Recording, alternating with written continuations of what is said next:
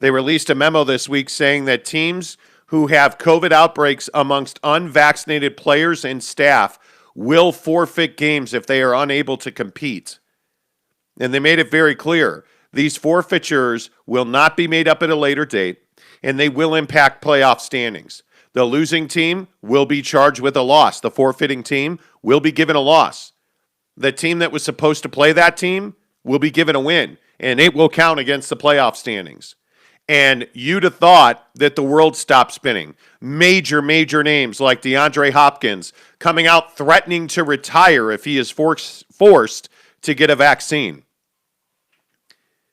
I don't know. Is the NFL doing the right thing? I feel like they are, Jake. I feel like the NFL doesn't have another choice here. Yeah, I don't think they have another choice either. I think that as a professional athlete, you're in a very gifted position. You're playing a child's game for millions of dollars, and I think the fact is that by not taking a vaccine, you're putting a lot of people at risk. And I think that the NFL, this is a very savvy move by the NFL. There's not a rule on paper that says, hey, you absolutely have to get a vaccine, but there are repercussions if you don't have a vaccine and you're spreading the coronavirus, which is what I think needs to happen in the big picture. To be honest with you, like I think with the NBA, we saw what they had to do to accommodate people who didn't want to get vaccinated, like some guy named LeBron James. And they played in a bubble. Well, the NFL doesn't have that option. The NFL, that's not how the NFL works. They don't have the option of playing, arena football. That's not the position that they're in. So to me, this is one of those things where a lot of people are going to say this is super controversial and this is like, stepping on NFL players' rights. And all I'm saying is, cool. If you don't want to get a vaccine, then you don't want to make millions of dollars, and you don't want to play football bad enough. That's my stance on it. And I just don't think that this is that hard. If you're an NFL player, a lot of these guys, whatever their background came from, they didn't come from millions of dollars, right? Most NFL players and most professional athletes come from humble beginnings. So are you really telling me that the millions of dollars that you can continue to make is that easy to give up? You're really not willing to take a vaccine in a trade for millions of dollars? Because that's what we're talking about now. And it's just surprising. Yeah, I don't know, man. I think that this is a no-brainer. If you are an NFL player and you are not vaccinated, you're putting $1 billion industry at risk. You singularly are putting $1 billion industry at risk.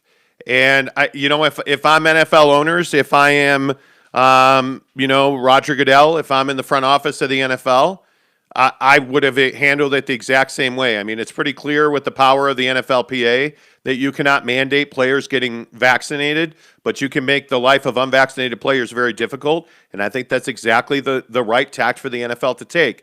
And as far as a guy like DeAndre Hopkins goes, DeAndre Hopkins isn't retiring.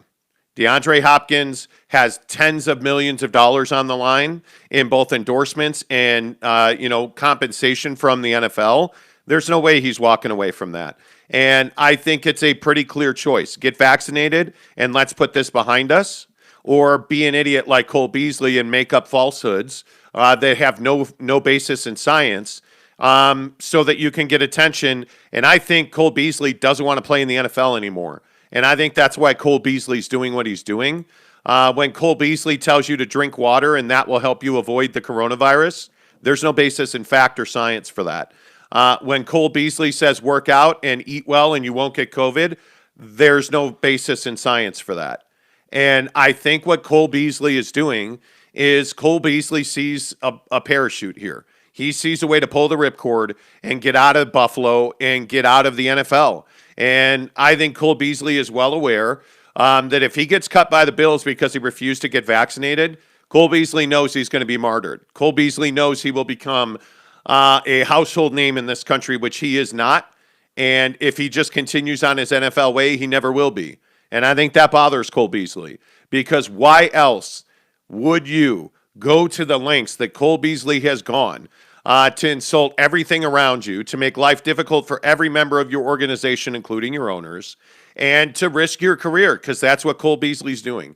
And he knows damn well that that's what he's doing. The other thing that Cole Beasley is doing is he's endangering people's lives, talking about how there's no, we have no idea what the vaccines do. The coronavirus vaccines are the most studied vaccines in the history of the world, in the history of known man, in the history of recorded history. The coronavirus vaccines are the most studied vaccines we've ever had. There are no long-term side effects. There is a small, minute, very small percentage of people that have died, arguably, from the coronavirus vaccine. But far more people have died from coronavirus. Far more people have benefited and been saved by the vaccines. And the percentages in the science would tell you that if you take the vaccine, you are likely not going to die from coronavirus. That the impact of coronavirus on your body is going to be far, far less. That you significantly reduce serious illness by taking the vaccine. But Cole Beasley doesn't say that because that's not the convenient message for Cole Beasley. The convenient message for Cole Beasley is, I'm a victim, America, MAGA, oh, I got forced out of the NFL, give me money. That's what I feel like Cole Beasley's doing. And I've tried to find the other side of this. I've tried to find the logic in Cole Beasley's statements, and I find none. There is no reasonable explanation for any normal human being to say, I'm not going to take a vaccine, and if you cut me for that, fine. I mean, that's just not a lucid response, in my opinion. It doesn't make any sense. And I think that for NFL players, you don't see the majority of NFL players doing this, You basically don't see any response for the most part. You see some guys, some outliers like Hopkins and Beasley who take to Twitter and voice their concerns and everything like that. But I think, the question that I always end up asking, and you were just talking about how there's no long-term side effects, but, the question I always wind up asking is, what do these guys think is going to happen to them if they take the vaccine? Do they, like a guy like Deandre Hopkins, does he really think that the vaccine is going to hurt him or have all these negative, repercussions? That's what surprises me. Instead of setting an appointment and spending 10 minutes, in the facility taking the vaccine, you want to cause this whole issue. And not only, and here's the thing too, timing wise, not only is this going to start causing issues in the locker room, this is going to start causing issues on the field. We can see this coming, and that's why I think the NFL releasing this memo, timing-wise, puts a lot of pressure on players to make a choice. Because think about it. They could have released this memo weeks ago. You could have put this out weeks ago and given players time and kind of extended the media window on this whole conversation. But what did you do instead? You released this basically days before training camp starts, and you put pressure on players to make a choice very quickly. And I think that was a savvy play by the NFL. They want guys to get vaccinated. They do not want to risk the billion-dollar industry that is the NFL. And whether you want to say that's on the rich white owners or Roger Goodell or whoever, at the end of the day, whether it's money or life and death, you got to get vaccinated, man. That's just what it is. You don't have the luxury of being average Joe who's, has no impact on other people, who's just living at home, living his life and paying his taxes. That's not what NFL players are about, man. You're getting paid millions of dollars. You're in a very privileged position, and you don't want to get vaccinated. And I guess that tells us all we need to know about you at the end of the day. Well, and I think what this says is that guys like Cole Beasley, if Cole Beasley truly wanted to take a stance and truly was in this for the rights of players, he'd retire. He would retire. He wouldn't put his teammates and he wouldn't put his organization in the situation that he's putting them in. Cole Beasley would simply say, you know what? For me, this isn't the right path in my life. I'm going to retire. But instead, he wants to be a Twitter tough guy, and he wants to attack the NFL, and he wants to be that guy. I'm going to stand up for what people won't. That's who Cole Beasley wants to be. Yeah. And to me, he's a fraud. I mean, he has no, And I say he's a fraud not to be spectacular or, not to be like I'm going after Cole Beasley. You know why Cole Beasley's a fraud? Because Cole Beasley has no facts to back up what he's saying. Drinking water does not prevent the coronavirus. He has no facts. There's no science. There's no information out there that says, hey, if I drink water and eat well, I'm not going to get coronavirus. No, what the facts are is that when you make a choice not to get vaccinated, you are making the choice to catch the coronavirus.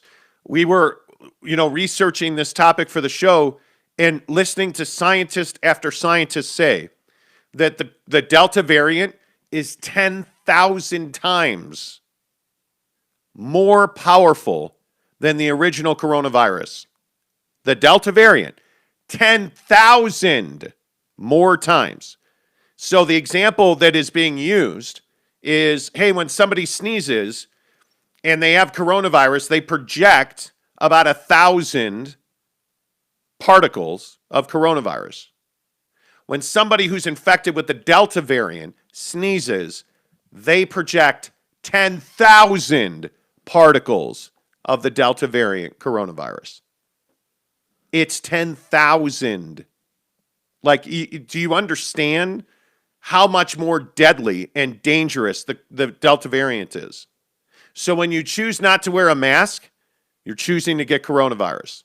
When you choose not to get vaccinated, you are choosing to get sick, you are choosing to die from coronavirus, and you are choosing to infect and potentially kill the people around you. That's the decision that Cole Beasley's made this morning. And Cole Beasley can sit on Twitter and say, I get tested every day, do you? Well, no, but I also don't have the privilege of getting tested every day. Mm-hmm. Hey, Cole, know who you are. Know where you are. Understand that your life is handed to you. You get tested every day. Do you know how many frontline medical workers would love to have the liberties that you have? But they don't have that freedom. You do. And you're using your platform to spread lies about drinking water and avoiding the coronavirus. In my opinion, Cole Beasley, you're very dangerous because you don't know what you're talking about. You don't have science on your side. You're a football player. You're not a scientist. You're not a doctor. You're a football player. And with that football player and the abilities and the hard work that you've put in to get there, there comes a certain level of responsibility, right? And when you live in a community like Buffalo and you're revered and you're idolized, and whether it's small children or, over testosterone middle-aged men who jump through tables for you off of the top of their RVs, you owe them better because they've made you possible. They've made your paycheck possible. Oh, I work hard. They don't lift weights, but they buy tickets. And they don't cut their hair because you don't cut your hair. And they buy your jersey as they did in Dallas. You have so many privileges that you're just taking for granted right now by spreading misinformation and lies. And that's what I don't understand about Cole Beasley. Now, if you want to say that Deandre Hopkins is another one of those guys, at least Deandre Hopkins isn't telling people to drink water so you avoid coronavirus. Yeah, he's just sharing how he feels. What his reaction was. But I don't know, man. This whole thing is just a really difficult situation, I think, in the big picture. And I think that, I do agree with the NFL memo. And I think at the end of the day, now players are going to make a decision. And I think if you're an organization, it's hard to... think about the ramifications of not having Cole Beasley on the football field, just from a football outlook, not from a COVID or anything else. Not having him on the field for any reason is not good for the Buffalo Bills. No, he's an important contributor. When he's healthy and he's on the field, Cole Beasley's an important contributor. I just think that organizations are now going to have to make a decision. How do you this has so many implications in contracts and what the clause is to cut the guy and what that looks like and what you got to pay him and there's all these different scenarios because every NFL contract is different for every player. So for the Bills, you're sitting there saying, okay, well, it doesn't seem like Cole's going to get vaccinated, so that puts us in a pretty terrible position. And we're kind of at a point where if he gets COVID, playing against the Jaguars in Week 10, as an example or something. and then the rest of our team gets it. Now what? I mean, this is a team that has been a Cinderella story in the NFL for the last 3 seasons. They're pushing towards a Super Bowl run here. And now this comes out and Cole's doing what he's doing, and it's like, man, at some point, are we going to be surprised if Josh Allen gets in on this a little bit and maybe makes a comment or tries to kind of take the spotlight off Cole and get it back onto football? You have to do something. Yeah, I don't know. I don't feel like, I don't feel like,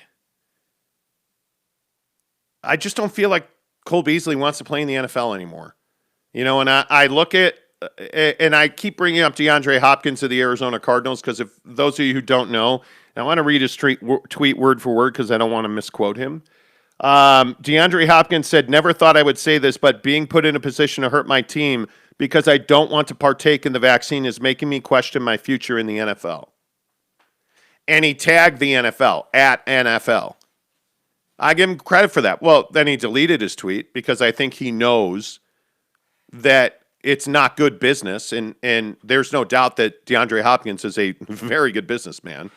And I don't mean to cut you off. Look at what CNN has on the tube right now, and I'm not saying CNN's the best one or anything like that. It just happens. They were just showing a graphic of the Delta variant and where it's at, and it's in the southeast in a couple of states like Wyoming, North Dakota, and Idaho. Those are the predominant states where the Delta variant is working and where the vaccination rates are the lowest. The lowest vaccinated rates in the United States, and this is not shocking to anybody.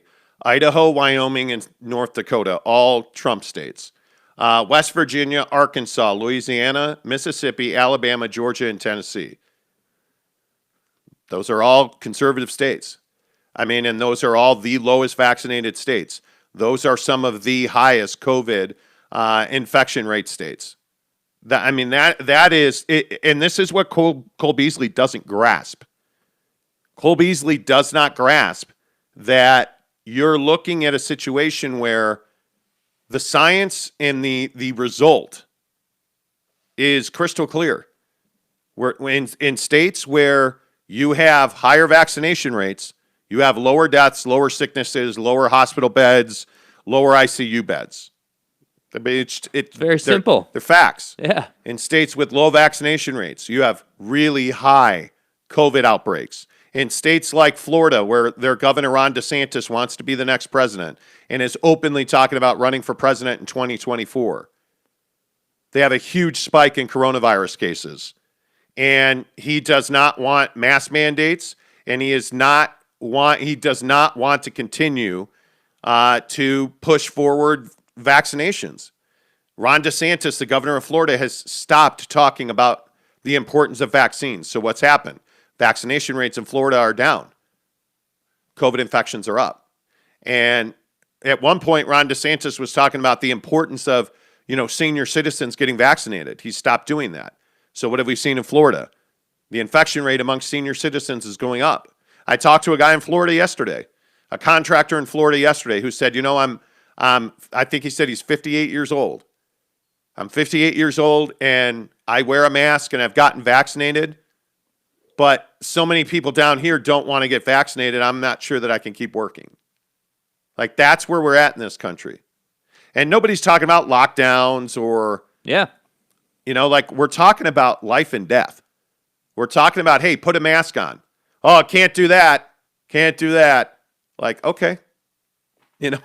I don't understand it. Yeah, I don't understand the science is it's just so funny how in our country that, the science tells us what we need to know, right? The science says vaccination plus mask equals basically you can't get infected with the coronavirus. Correct. That's essentially what the science says. No. The science doesn't say that. What the science says is that you're not going to die from the coronavirus, and if you get the coronavirus, which you can still get with a vaccine, that the impact of that on your body will be far less.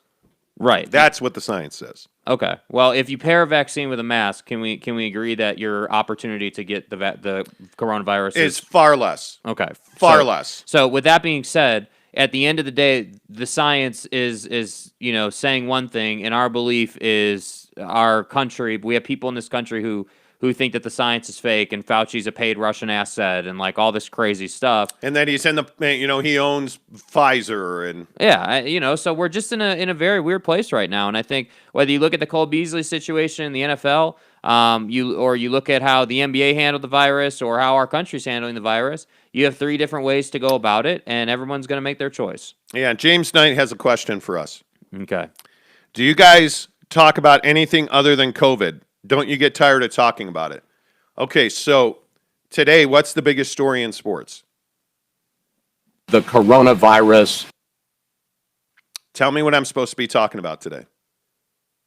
The biggest story in sports, by far, it ain't close, is the NFL.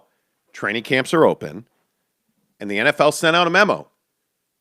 And that memo said that if you get players who are unvaccinated and staff that are unvaccinated, and they catch the coronavirus and it causes you to cancel a game, you're not able to play a game, you're going to get tagged with a loss, and the team you were supposed to play is going to get the win, and we're not going to make that game up. And wingnuts like Cole Beasley went crazy, and guys like Deandre Hopkins tweeted. And you tell me what we're supposed to be talking about today. Because there's no doubt that this is the number one story in sports. By the way, watching CNBC this morning, what did they lead with? That's right, NFL COVID.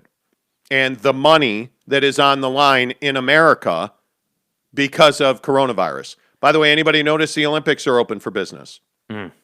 Anybody see any fans in the stands? No. Anybody see all these athletes, well over 100 now, getting infected with coronavirus in Tokyo? Yeah, me too. I did too.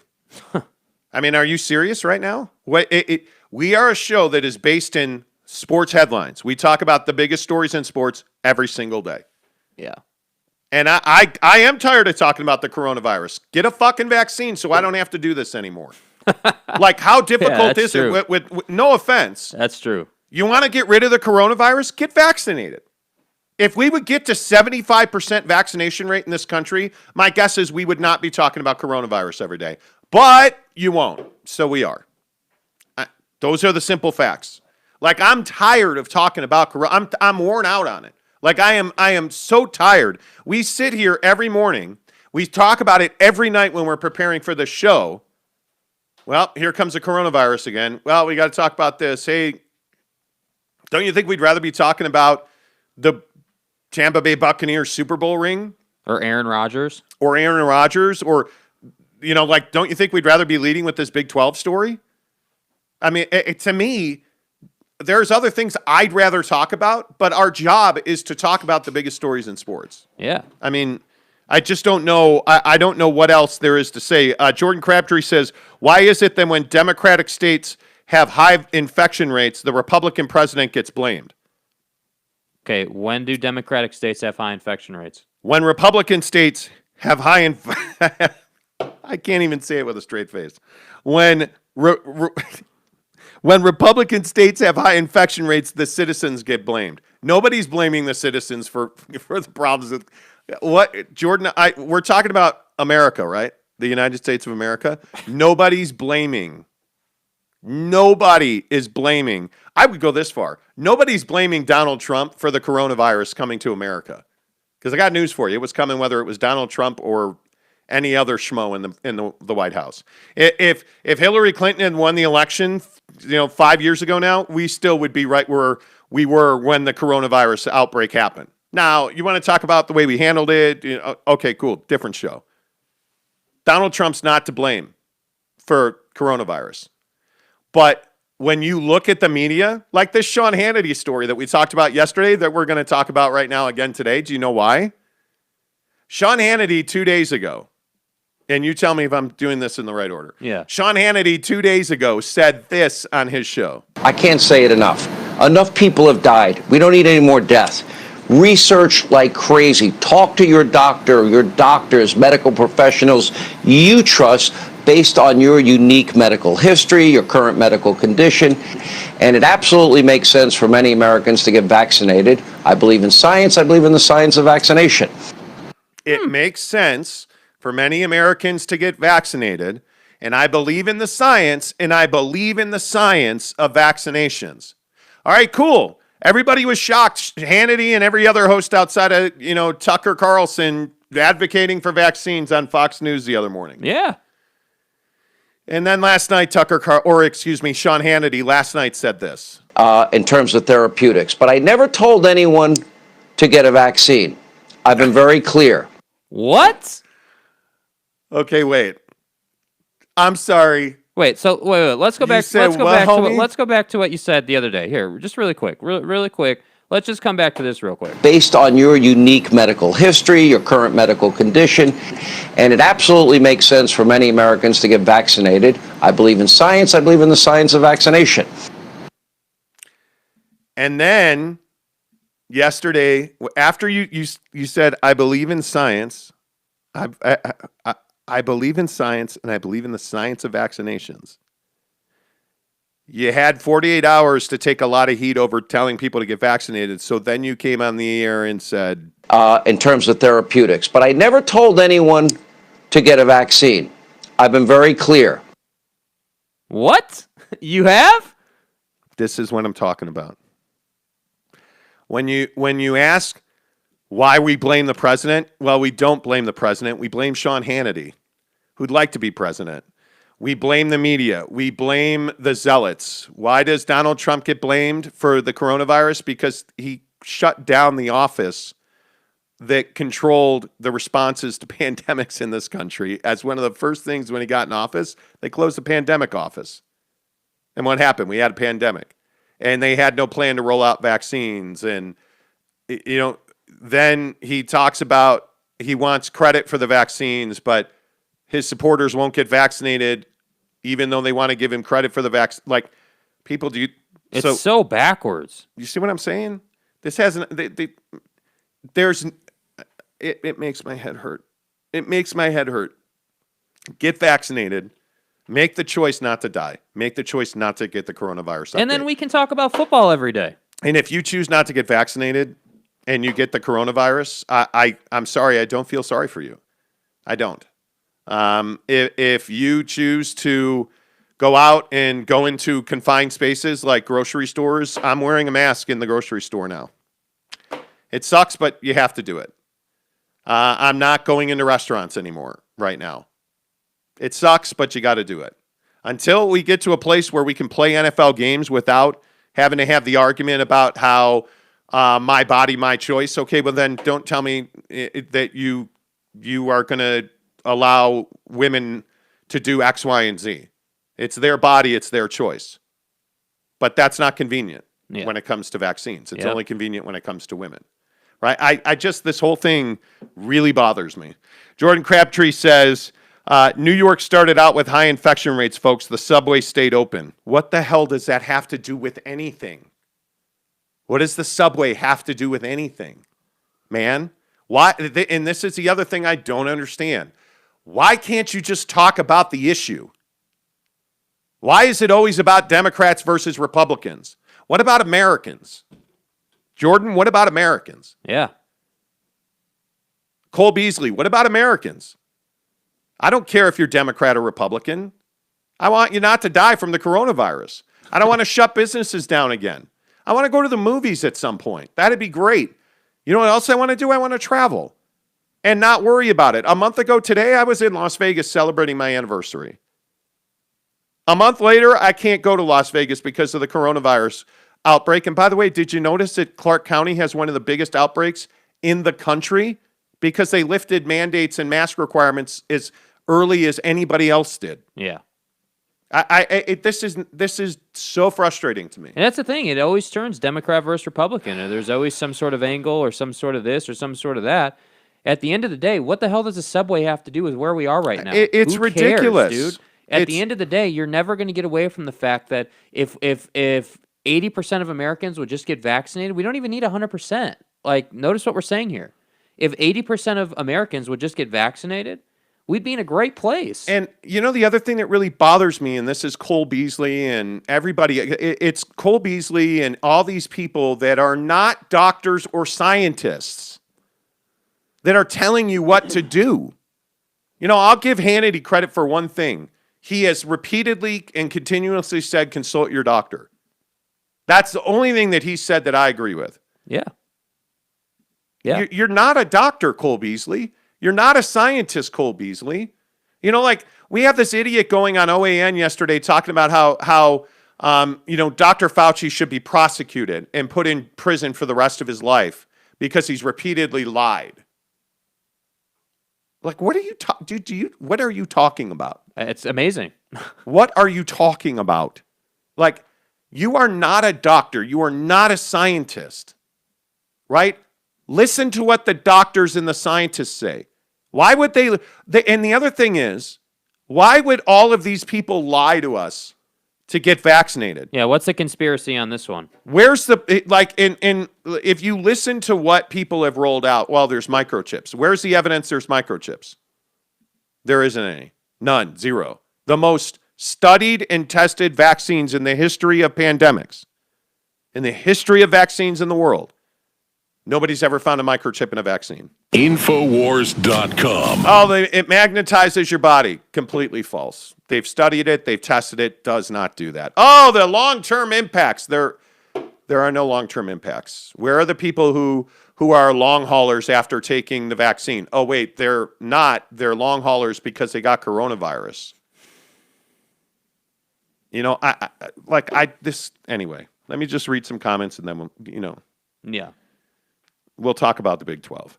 The Nye guy says, what refutes science? Better science. Brylark says, I don't know if you guys have talked about the stat that came out, like 98% of COVID hospitalizations are unvaccinated people. Yeah. Not today, but 99.2% of all deaths are unvaccinated. I think it's 98.9% of all hospitalizations are unvaccinated people. Yeah. It's like 99% of all ICU beds are unvaccinated people. Like it's amazing to me. Yeah. Eric and Raleigh said, I love that the NFL basically said get vaccinated or don't play. I do. Like the NFL, it's not hard. The NFL owners and Roger Goodell, are they racist? Sure, they could be. Are they overwhelmingly rich white men? Yes. But they have billions of dollars at stake. So they're going to do what they need to do to protect their billions of dollars, period. They're going to make you get vaccinated because they don't want to miss games. And if you miss games, you're not getting paid. By the way, that's the other part of this memo that many people haven't talked about. It's not just that your team's going to forfeit. You're not going to get paid for that week. If your team loses games because your unvaccinated players and staff got COVID, nobody's getting paid that week. Get vaccinated. Get vaccinated. It's amazing. Jordan Crabtree said, I'm not an anti-vaxxer. I just think there are multiple ways we can help lower infection rates, and some of that includes politics at the national level. Fuck me. Vaccines are not political. Stop. Vaccines are not political. It's not a Democrat or Republican thing, dude. That's the problem. I'm so tired. I rarely get dialed up on things. I'm so tired of Fox versus CNN, Republican versus Democrat. Get vaccinated. Nothing that you can bring up that is anti-vaccine has any basis in fact or science. There's zero evidence to support any anti-vax stand. Stop talking about politics when it comes to vaccines. I'm talking about kids and young people dying from coronavirus. Oh, but it only infects old people. Well, it turns out that was a lie. Well, young people don't get sick they get it, but they don't get sick. Turns out that's a lie. Well, but you treat it like the flu. Turns out that's a lie. It's not political, man. You're killing people with your idiotic, it's political. Because it's not. Jeez Louise. Yeah. Like, this is where I get burned out. This is where I'm just like, okay, I'm not going to keep reading comments about this. Because when you say this is the Democrats are the liberals. Okay, do liberals die from coronavirus? Yes, they do. Do conservatives die from coronavirus? Yes, they do. QAnon members? Yes, they do. Trump supporters? Yes, they do. Biden supporters? Yeah, they do. You know why? Because it doesn't discriminate. Doesn't give a damn. The coronavirus doesn't check your voting record. It just gets into your system and eats your lungs for lunch. God's honest truth. I don't know how much more. Anyway. Eric and Raleigh says no one has ever ended up on a ventilator for a month or more from the flu. Correct. I miss his high-spirited Trumpisms. So sad we took away the First Amendment right. LOL. Correct. Did Driftwood really get banned? No, Driftwood did not get banned. No, Driftwood has been around the show, just not while it's live. Any comments offline? Gabe Levely says, want to hear conversation Cole Beasley has with teammates who miss game checks and incentive bonuses because he's selfish. Idiot. He will not be a Buffalo Bill. And before we move on to this. View this the same as the flu. I'm so tired of politics. We're damaging each other. Do you understand that? We're damaging each other. We're no longer Americans. We're Democrats or Republicans. We're not Americans anymore. Just say it. We're not. We're damaging each other. Yeah. We're killing our neighbors' children. We're killing, denying global warming. Do you see what's happening in Oregon? I talked to a landscaper in Oregon yesterday. And, working at Yelp has been very educational for me. I talked to this landscaper yesterday named Trevor. And Trevor was in his truck, and he was really frustrated.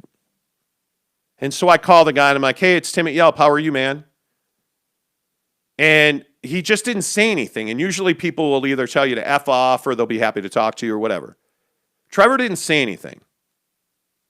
And I said, hey, Trevor, are you there? And he said, yeah, I'm here. And he said, I'm having a rough day, man. How are you? And I said, I'm good. Do you want to talk about that? And he goes on to tell me the story that he just left a farm where this farmer, this older man who's a farmer, had died. So his wife, children, and grandchildren had taken over this farm. And they farm hay. Is their main commodity is hay. Well, the fires in Oregon had been approaching their land. So the government where they are, the local municipality, and I'm not going to say where they are, the local municipality said to them, we highly recommend that you chop down your hay fields because they will burn. And so they chopped down all of their hay fields. And the fire never got there. It got within about a half a mile from what this guy was telling me. And it ruined them for the year. And so the reason he was so upset is that the lady was telling him that she doesn't know what they're going to do because now they're financially ruined because they were unable to grow their other crops because of how hot it had been. It got so hot in Oregon this year that it dried out their crops, and their crops on their other fields died. And then they had to essentially chop down their hay. They had to till their hay fields. And so they're financially ruined. And all of them 5 years ago quit their jobs and careers. Now, fortunately, the one kid's a lawyer, and so he'll probably be able to go back to law. But like the other person closed a hardware store. Like this son and his wife had opened a hardware store, and they closed it. And they're done. Because it was like 107 in Oregon. And you're telling me you don't believe in climate change? Ask the people of Portland about climate change. Look at what's going on in Tahoe right now. Look at all the fires. We're having a record fire season. Look at the water shortage. We're in Utah. We're damn near out of water. And the Salt Lake is as low as it's ever been. Has anybody seen Lake Powell? Has anybody seen the Hoover Dam reservoirs? Like, we're killing each other, dude. And you want to talk about Democrats versus Republicans. I'm not interested. I'm not. Yeah. I just am not. Anyway, there's my rant. There you go. Like, I'm tired of it. I don't blame you, man. I mean, at a certain point, people will figure this out. And it's just a shame because it's not hard, man. It's not. I mean, get Yeah. the vaccine, you're good. Don't get the vaccine, you're going to get sick, and you're going to wind up in the hospital. Yeah. All right, James Knight. Well, then leave. Like James, I don't care if you're bored. James Knight says we're boring him. Then get the fuck out. I'm over this too. Yeah. I'm over it. James, I like you. I respect you. I appreciate your basketball fandom. If you're bored, leave. If you don't like talking politics, don't come back. If every day you're gonna come in here and comment that, oh, this sucks, and let's talk about like whatever you said, your comment got blocked, so I'm imagining that you cursed in it. Listen, dude, don't come back. If we're such a bad show and we bore you to tears, don't come back. I'm a little frustrated today. Yeah, I don't blame you. I don't blame you. I think that I think that specifically with James. I mean, if you can't see the connection between politics and the NFL right now, I'm not really sure what you're looking at. We're not going to sit here and talk about Olympic basketball when we've got people dying in the NFL. Basically rolling out groundbreaking memos in their league. I mean, we're not. Do you not see that these are the most important conversations of our lifetime? Do you not realize that sport and politics run hand in hand and have for decades? For decades. Some of the greatest moments that we have. I actually care about my neighbors. Yeah, well, I'm not sure that every American does care about their neighbors, but that's cool that you do. Yeah. That's cool. Yeah. Again, look at the title of the podcast today. Yeah, it's not that difficult to figure out. What's the title of the podcast today? It's really not that difficult to figure out. Let me make sure I read it correctly, because God forbid I would get something wrong. I go to Twitter. Is the NFL wrong for forcing players to get vaccinated? What's confusing about that? You knew what we were talking about when you showed up here. Read the description. You knew what we were talking about. Big 12, SEC, Texas and Oklahoma are probably vaccinated. Yeah.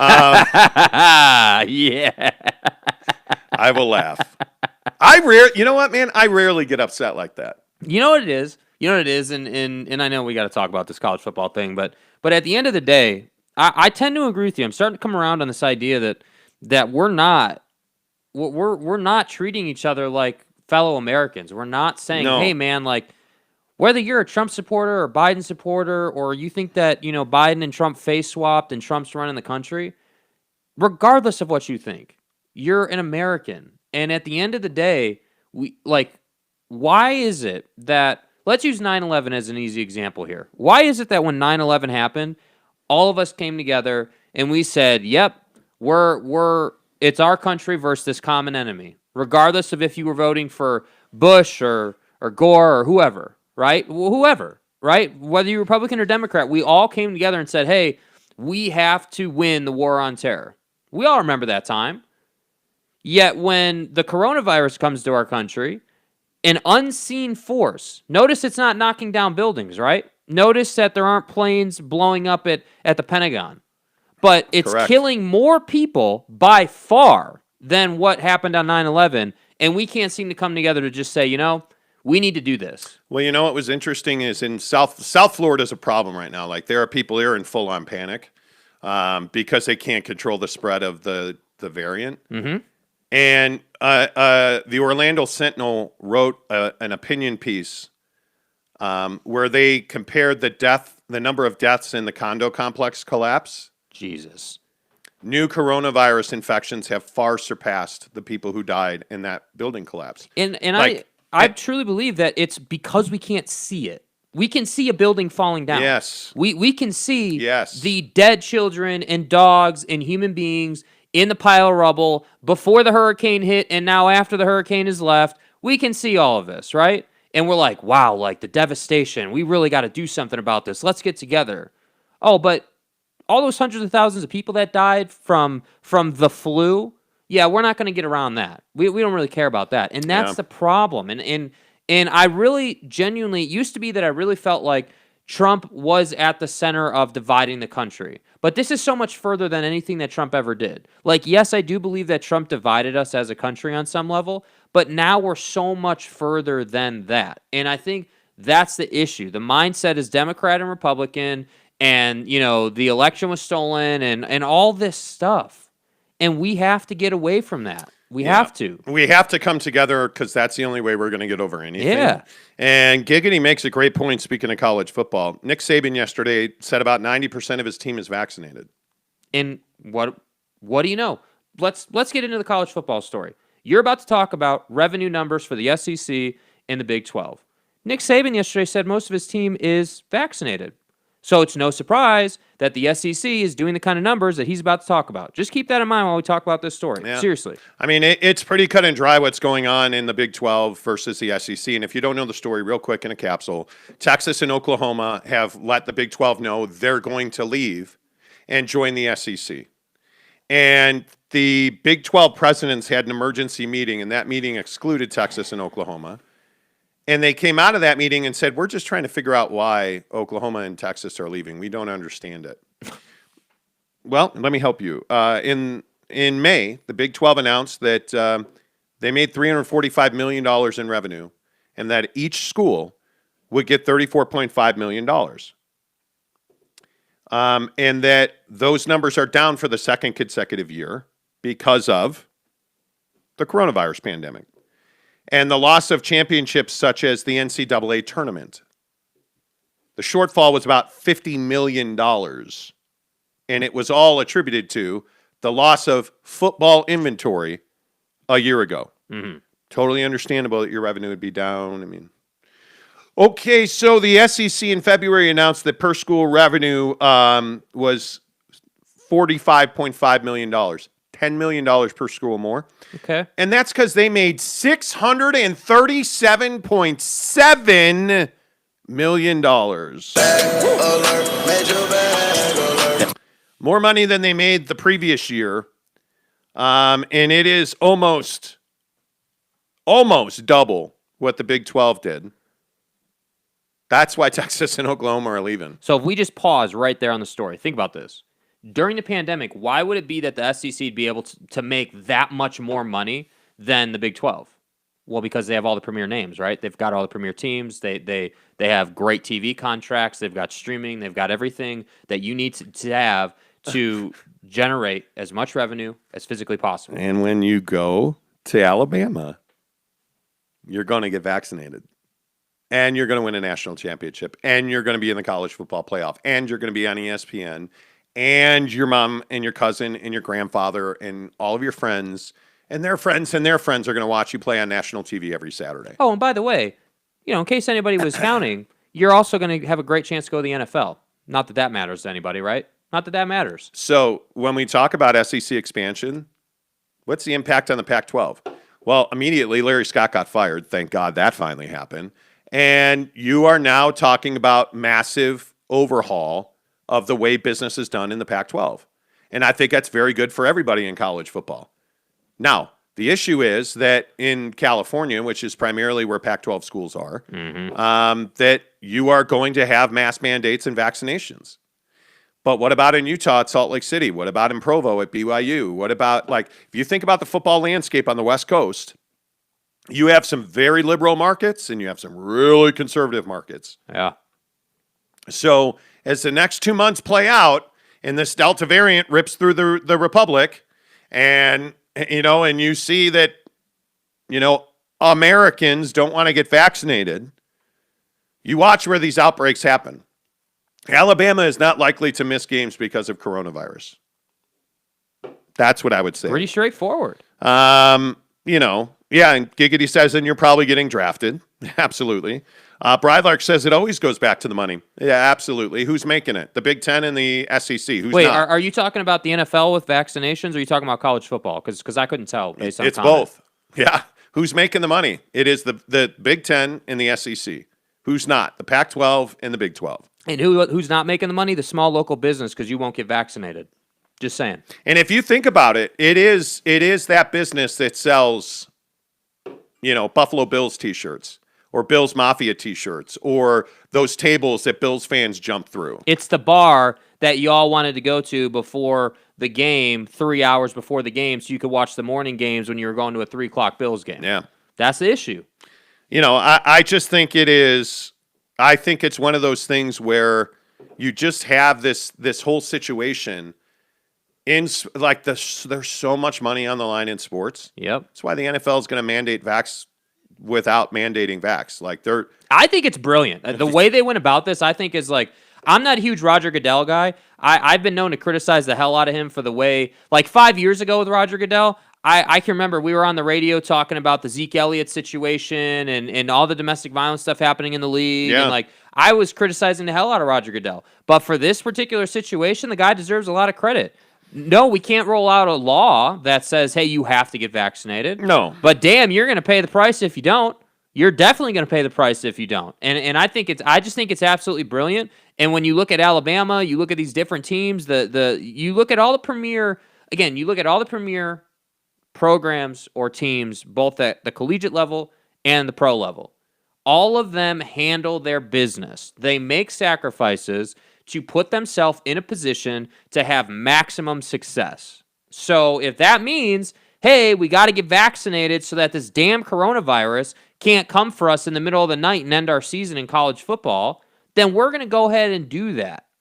And if more people would just have that approach instead of talking about their body getting magnetized and like all this crazy stuff, we'd be fine. We'd be the Alabama of college football. It's that simple. Yeah. Per sources, one NFL team has 8 players who refuse to ever get vaccinated. 7 of them are regarded as too good to be cut. Well, and one of the big questions here is, in the NFL, can players be cut if they refuse to get vaccinated? No, they can't. So, no, they can't on paper, right? But this is the NFL we're talking about. So, my feeling is, and I could be wrong, right? I'm no expert in NFL contracts. I'm not. Well, and that's it's the cap hit that's the problem. It's the cap hit, and also in terms of just the action of cutting a player. If an NFL team wants to cut a player, listen, they're going to find a way to cut that player. They will find a way, whether it's a loophole in the contract, there are ways to get it done, I'm sure, with everybody's individual contract. So that's why I say, at the end of the day, if they're, quote, too good to be cut, then there has to be a conversation that's had. And if you're too good to be cut, then your ass is going to sit at home or something. I don't know. They're going to put him on a list, or they're going to put him on... You know how this goes, right? Like, it's the Aaron Rodgers situation, turning down that massive contract. What are the Packers going to do? Are they going to cut him? They're going to trade him? They're going to figure out something. So with this vaccine situation, I just can't... it's hard for me to believe that NFL teams would not find a way to handle it in a way that benefits them. That's what I'm really saying here. Yeah. Anyway, there you have it.